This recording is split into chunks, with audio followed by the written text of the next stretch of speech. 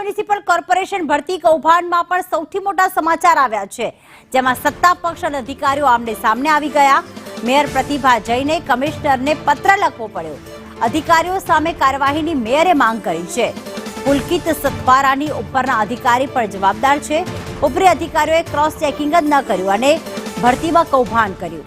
સાથે જ કૌભાંડમાં તમામની જવાબદારી નક્કી થાય તેવું પણ મેયરે કહ્યું। કશ્યપ અમારી સાથે જોડાઈ ગયા છે। કશ્યપ, કેટલા લોકોની ભરતી ગેરકાયદેસર રીતે થઈ છે, કઈ રીતે આખી હકીકત સામે આવી?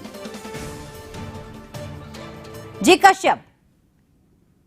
ટેકનિકલ સુપરવાઇઝરના પદ ઉપર 3 વ્યક્તિઓ જે છે તેની ખોટી રીતે ભરતીના કૌભાંડમાં કારંજ પોલીસ મથકમાં ગુનો જે છે તે દાખલ થયો છે અને તેમાં કોર્પોરેશનના સેન્ટ્રલ ઓફિસના કર્મચારી પુલકિત સથવારા છે તેની ધરપકડ કરવામાં આવી છે અને હવે આ મામલે જે સત્તાપક્ષ અને અધિકારીઓ છે તે જાણે કે આમને સામને આવી ગયા હોય તે પ્રકારનો ઘાટ છે તે સર્જાયો છે।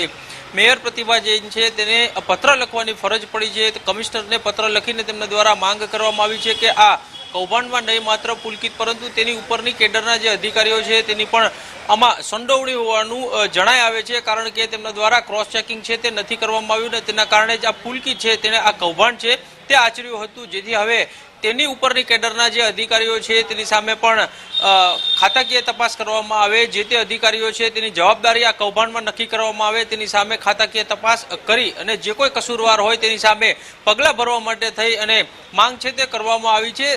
મહત્વની બાબત છે કે આ જે આખો કૌભાંડ સર્જાયું હતું, પ્રતિભા જૈન છે જો તેને કમિશનરને આ બાબતે ધ્યાન દોરવું હોત તો જ્યારે આ સમગ્ર મામલો સામે આવ્યો ને ત્યારે જ આ બાબત છે તે નક્કી થઈ ગઈ હોત, પરંતુ હવે પ્રતિભા જૈન છે તેને પત્ર લખી અને કમિશનરને જાણ કરવી પડી રહી છે, જેથી ક્યાંક એ વાત સામે આવી રહી છે કે જે પ્રમાણે સત્તા પક્ષ દ્વારા આ સમગ્ર મામલે કાર્યવાહીની માંગ કરવામાં આવી હતી ને તે નહીં સંતોષાઈ અને તેના કારણે હવે મેયર છે તેને પત્ર લખી અને કમિશનરને જાણ કરવાની ફરજ પડી છે। આભાર કશ્યપ તમામ વિગતો માટે।